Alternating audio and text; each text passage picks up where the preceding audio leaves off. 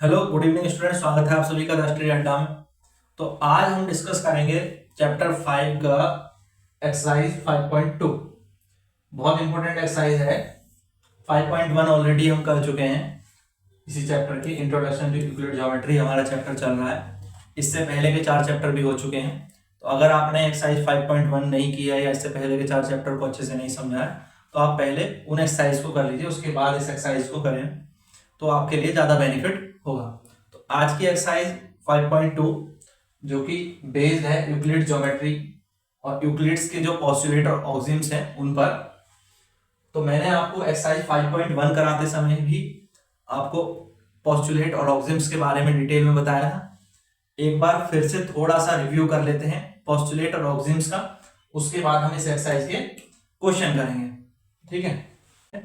एक Euclid's 5 postulates जो इस चैप्टर से जुड़े हुए थ्योरी है, उसमें ये टॉपिक बहुत इंपॉर्टेंट है कि यूक्लिड के 5 पोस्टुलेट जो हैं वो आपको पता होने चाहिए। यहाँ पे मैंने लिख दिए हैं तो आप इनको एक बार देख लें। चलो मैं बता देता हूँ थोड़ा सा, फिर हम क्वेश्चन करेंगे। तो ओवरव्यू बता देता हूँ कि पोस्टुलेट 1 जो है वो ये कहता है कि कोई स्ट्रेट लाइन किसी एक पॉइंट से, ये straight line may be drawn from any one point two another point. कहने का मतलब क्या है, किसी एक पॉइंट से दूसरे पॉइंट के बीच में एक स्ट्रेट लाइन होती है। अब ये एक पॉइंट ये है, दूसरा पॉइंट कोई भी हो सकता है और इनके बीच में क्या होगी, एक स्ट्रेट लाइन होगी। दूसरा पोस्टुलेट ये कहता है कि एक terminated line can be produce indefinitely, यानी इंफिनिटी तक उसको बढ़ाया जा सकता है। अब ये टर्मिनेटेड लाइन है, इसके कहीं ये इस तरह से हम टर्मिनेटेड लाइन को रिप्रेजेंट करते हैं डॉट डॉट डॉट लगा करके। तो ये लाइन कहीं तक भी बढ़ाई जा सकती है। ठीक है। और पोस्टुलेट 3 कहता है circle can be drawn with any centre और एनी रेडियस। तो कोई भी आप सेंटर ले लो और कुछ भी उसकी रेडियस ले लो तो एक सर्कल वो बन जाएगा। तो circle can be drawn with any centre and any radius. Postulate 5 कहता है all right angles are equal to one another. सही बात है, राइट एंगल क्या होता है, 90 डिग्री होता है। तो अब आप कहीं भी 90 डिग्री का एंगल बनाएंगे तो आप इक्वल ही होंगे, उसमें साइज से मैटर नहीं है, छोटा बड़ा से कोई मैटर नहीं है। 90 डिग्री तो 90 डिग्री होगा, आप किसी भी तरह से बना लीजिए, चाहे उसको थोड़ा सा आप घुमा फिरा करके भी अगर बनाते हैं इस तरह से, तो ये एंगल 90 डिग्री है तो 90 डिग्री ही होगा। ठीक है। If a straight line falling on two straight lines makes an interior angles on same side of it taken together the less than two right angles, then the two straight line it produced indefinitely meet on that side on which the sum of angles is less than two right angle। ये जो पांचवा postulate है बहुत important postulate है और ये क्या कहता है कि मान लो दो लाइन है, स्ट्रेट लाइन है कुछ इस तरह से, और एक लाइन उनको टर्मिनेट करती है, इस तरह से टर्मिनेट करती है। तो ये जो एंगल बने हैं इंटीरियर एंगल, दो एंगल इस साइड में बने हैं और दो इंटीरियर एंगल इस साइड पे बने। तो जिस साइड के जो इंटीरियर एंगल हैं जिनका सम टू राइट एंगल यानी 180 डिग्री से कम होगा, वो लाइन आगे बढ़ाने पर उसी दिशा में उसी तरफ आगे बढ़ाने पर एक दूसरे को कट करेंगे। और ये लाइन किस तरफ कट करेंगे, जिधर 180 से कम एंगल होगा इंटीरियर एंगल का सम। इंटीरियर एंगल का सम जिस तरफ कम होगा, क्योंकि ये दोनों 180 से कम का सम बनाएंगे, ये मान लो मैं 1 और 2 ले लेता हूं, तो एंगल 1 और 2 का सम अगर 180 से लेस है तो उसी तरफ ये लाइन एक दूसरे को काटेंगी, और जिधर ज्यादा है उधर नहीं काटेंगी। और अगर 180 हो गया तो लाइन क्या हो जाएगी, पैरेलल हो जाएंगी। अगर इंटीरियर एंगल का सम 180 हो गया तो ये लाइन क्या हो जाएगी, पैरेलल हो जाएंगी। ये बात क्लियर हुई। ये सबसे इंपॉर्टेंट पोस्टुलेट है जिसका हम आगे क्वेश्चंस में बहुत यूज करेंगे। दूसरी चीज है इस चैप्टर में जो इंपॉर्टेंट है वो है ऑक्सिम्स, यूक्लिड के ऑक्सिम्स। तो आपको ऑक्सिम्स को भी याद रखना है, और ये यहां पर कुछ इंपॉर्टेंट ऑक्सिम्स हैं, जैसे things which are equal to the same things are equal to the one another. अब कोई चीज है ए बी के इक्वल है और ए सी के भी इक्वल है। ठीक है, ए बी के भी इक्वल है और ए सी के भी इक्वल है। तो एक चीज जो दूसरी चीजों के बराबर है वो चीजें आपस में भी क्या होंगी, इक्वल होंगी। बी और सी आपस में भी क्या होंगे, इक्वल होंगे। तो यही कहता है पहला पोस्टुलेट। उसके बाद जो पहला ऑक्सिम ये कहता है और दूसरा ऑक्सिम कहता है equals are added to equals then wholes are equal. अगर कोई दो चीजें इक्वल हैं, सपोज करो ए और ए, बी इक्वल है, ए और बी मैंने कहा इक्वल है, और इनमें कोई चीज इक्वल ही मैंने ऐड करी, तो ए इसमें भी सी ऐड किया, इसमें भी सी ऐड किया, तो ए प्लस सी और बी प्लस सी के बाद जो होल बना है वो भी क्या होगा, इक्वल होगा। ये आपका सेकंड ऑक्सिम कह रहा है। इसी तरह से दो चीजें इक्वल थी, उनमें से इक्वल चीज ही मैंने सब्सट्रैक्ट कर दी, तो भी क्या आएगा, इक्वल आएगा। ये थर्ड ऑक्सिम कहता है, वो भी क्या आएगा, इक्वल आएगा।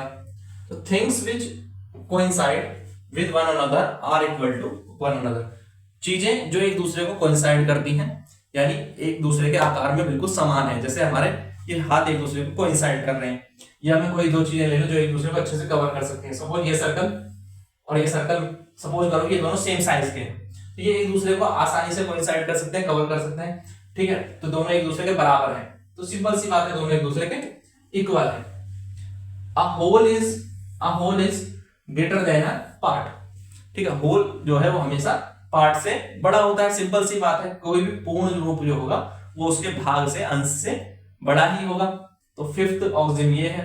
सिक्स्थ ऑक्सिम कहता है the things which are double of same things are equal to the one another, ठीक है। अब कोई चीजें हैं, जैसे सपोज करो ये ए है और ए से डबल दो चीजें हैं, ठीक है।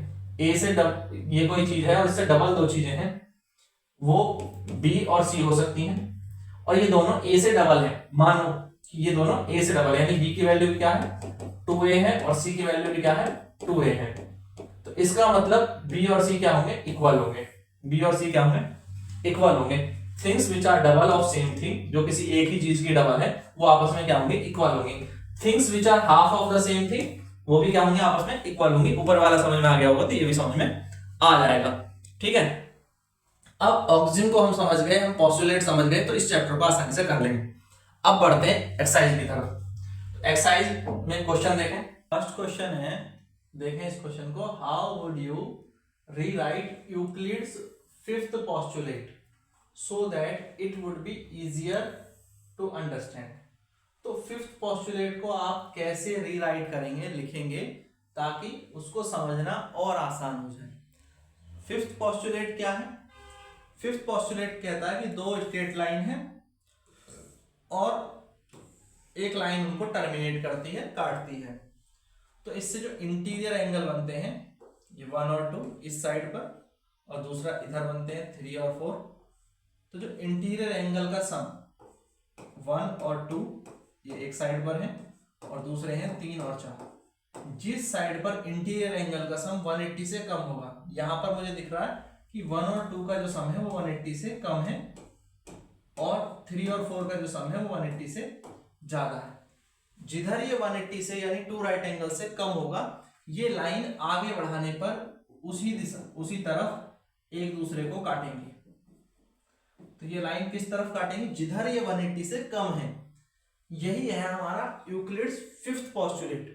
तो फिफ्थ पोस्टुलेट क्या कहता है, अगर दो स्ट्रेट लाइन है, उनको एक तीसरी लाइन इंटरसेक्ट करती है, तो वो लाइन इंटरसेक्ट करने पर जो इंटरनल एंगल आते हैं, उन इंटरनल एंगल का, दो इंटरनल एंगल का एक ही साइड पर जो दो हैं, उनका सम जिधर 180 से कम होगा, उधर ही वो लाइन एक दूसरे को इंटरसेक्ट करेंगी।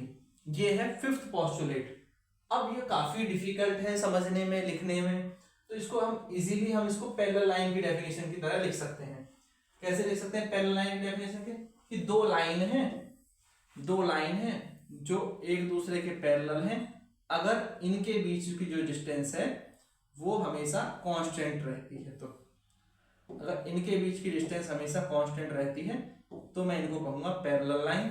या फिर अगर दो लाइन है जो पैरेलल हैं और इनका जो इंटरनल एंगल है ये 1 और 2 और ये 3 और 4, तो 1 और 2 का सम 180 होना चाहिए, और इसी तरह 3 और 4 का सम भी क्या होना चाहिए, 180 के इक्वल होना चाहिए, 2 राइट एंगल के इक्वल होना चाहिए। अगर ये 2 राइट एंगल के इक्वल है, तो 2 राइट एंगल के इक्वल है, तो इसका मतलब मैं कह सकता हूं कि ये क्या है, ये पैरेलल लाइन है।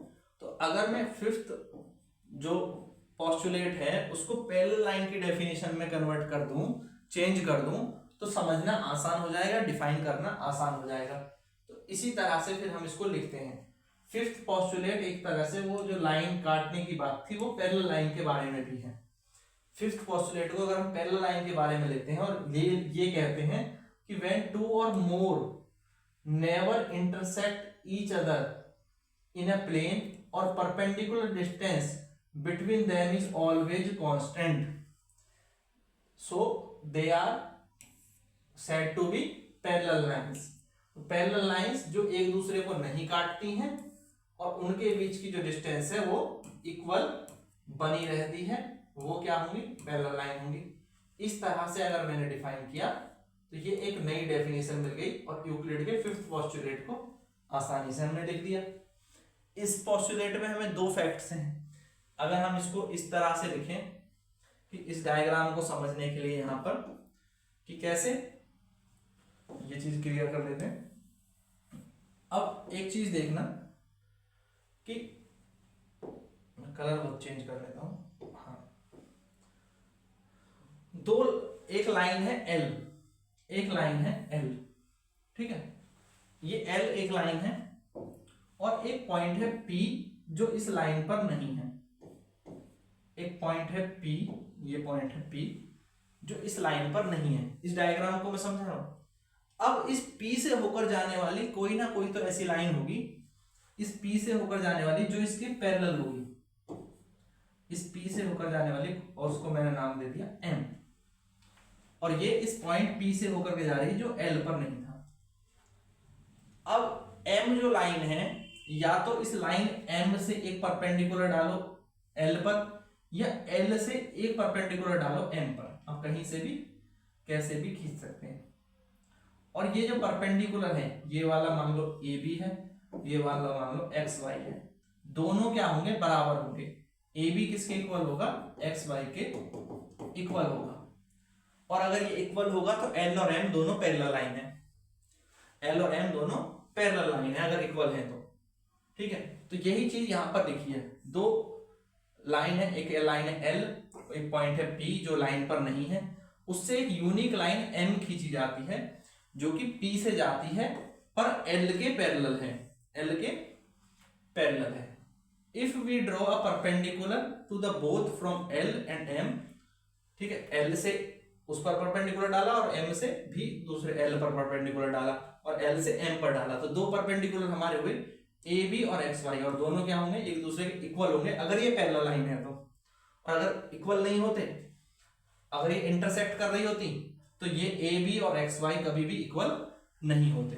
अगर ये लाइनें कहीं ना कहीं एक दूसरे को अगर इंटरसेक्ट कर रही होती तो इससे जो परपेंडिकुलर यहां पर डाला गया और इससे जो परपेंडिकुलर यहां पर डाला गया, ये दोनों परपेंडिकुलर, ये XY और ये सपोज करो ये AB, इक्वल नहीं हो सकते इन एनी केस अगर ये पैरेलल नहीं है। इट मींस लाइन L और M आर नॉट पैरेलल, ठीक है। तो इस तरह से भी मैं कह सकता हूं कि दो लाइन इंटरसेक्टिंग लाइन होंगी, वो पैरेलल नहीं होंगी सेम टाइम पर। अगर पैरेलल होंगी तो इंटरसेक्टिंग नहीं होंगी सेम टाइम पर, ठीक है। तो पैरेलल लाइन इंटरसेक्टिंग नहीं होंगी, इंटरसेक्टिंग लाइन पैरेलल नहीं होंगी, ये सिंपल सी बात है। सेकंड फैक्ट में यही बात लिखी गई है, क्लियर है। अब बताओ इसको समझने में कहीं कोई दिक्कत है तो, ठीक है। नेक्स्ट देखिए, next, does Euclid fifth postulate imply on the existence of parallel line. Fifth postulate हमने शुरू में ही डिस्कस किया है, क्या था, फिर से रिपीट कर देता हूं, क्या था कि दो लाइन है, उन्हें एक तीसरी लाइन कट करती है, जो इंटरनल एंगल है, जिधर इंटरनल एंगल 180 से कम होगा उधर ही ये लाइन आगे जाकर के इंटरसेक्ट करेंगी। तो क्या ये पैरेलल लाइन पर इंप्लाई होता है, इंप्लीमेंट होता है? बिल्कुल होता है, पैरेलल लाइन की एग्जिस्टेंस पर ये इंप्लीमेंट होता है। ऐसा हमने फर्स्ट क्वेश्चन में भी देखा था और यहां पर भी हम कह सकते हैं बिल्कुल ये इंप्लीमेंट होता है। और कैसे इंप्लीमेंट होता है देखो मैं समझाता हूं, समझो। मान लो पैरेलल लाइंस है, ठीक है, पैरेलल लाइन है और उनकी एग्जिस्टेंस पर यूक्लिड का फिफ्थ पोस्टुलेट इंप्लीमेंट होगा। क्यों? क्योंकि अगर ये इंटरनल एंगल 1 और 3, एक साइड वाले जो एंगल है 1 और 3 और दूसरी साइड वाले जो एंगल है 2 और 4, दोनों का सम अगर 180 हो गया, क्योंकि 180 से कम होने पर ही तो लाइन उस तरफ इंटरसेक्ट करती, अगर इधर कम होता तो इधर इंटरसेक्ट करती, और अगर 180 से कम इधर होता तो इधर इंटरसेक्ट करती। बट दोनों जगह अगर 180 के इक्वल हो गया तो फिर तो ये कहीं भी इंटरसेक्ट नहीं करेंगे, क्योंकि अगर ये दोनों भी 180 हैं और ये दोनों भी 180 हैं, अगर ये कंडीशन है तो इसका मतलब ये लाइन ना तो इधर इंटरसेक्ट करेंगी ना ही उधर इंटरसेक्ट करेंगे, किसी भी डायरेक्शन में इंटरसेक्ट नहीं करेंगे। और इसी से पता चलता है कि ये पैरेलल लाइन की एग्जिस्टेंस को भी यही बताता है। तो इसका मतलब m और n पैरेलल हैं यदि 1 और 3 का सम 180 है और 3 और 4 का सम 180 है। If the sum of interior angle will be equal to the sum of two right angle, अगर ये सम ही 180 डिग्री के बराबर हो गया इंटीरियर एंगल का, किसके बराबर हो गया, राइट एंगल 180 के बराबर हो गया, तो दोनों लाइनें कहीं भी एक दूसरे से मिलेंगी नहीं। जबकि वो क्या कहता था फिफ्थ पोस्टुलेट कि वो लाइनें किधर मिलती हैं, जिधर ये सम 180 से कम होता है, जिधर ये सम 180 से कम होता है उधर मिलती हैं। और अगर ये 180 के बराबर हो गया, 180 के इक्वल हो गया, तो ये तो मिलेंगी ही नहीं। इसका मतलब किसी भी साइड में नहीं मिलेंगी। वो क्या है, वो पैरेलल लाइन है, they are parallel to each other. तो यानी कि यही फिफ्थ पोस्टुलेट पैरेलल लाइन के एग्जिस्टेंस को भी बताता है, उस पर भी ये इंप्लीमेंट होता है। ये बात समझ में आ गई तो एक बार कमेंट में लिख देंगे यस, क्लियर हो गया है। बताओ चीजें क्लियर हो गई हैं यहां तक? बहुत सिंपल से दोनों क्वेश्चन थे, हमने कर लिए, ये चीजें आपको क्लियर हो गई होंगी। अब ये चैप्टर आपका यहीं पर खत्म होता है। ये क्वेश्चन आपको समझ में आया हो तो लाइक जरूर करेंगे, शेयर करेंगे, और चैनल को सब्सक्राइब नहीं किया हो तो सब्सक्राइब कर लें। इसी तरह के और क्वेश्चन देखने के लिए प्लेलिस्ट पर जाएं, सारे क्वेश्चंस करें, समझें, और जरूर अगर कहीं कोई डाउट है तो कमेंट भी करें। Thank you guys, thanks for watching.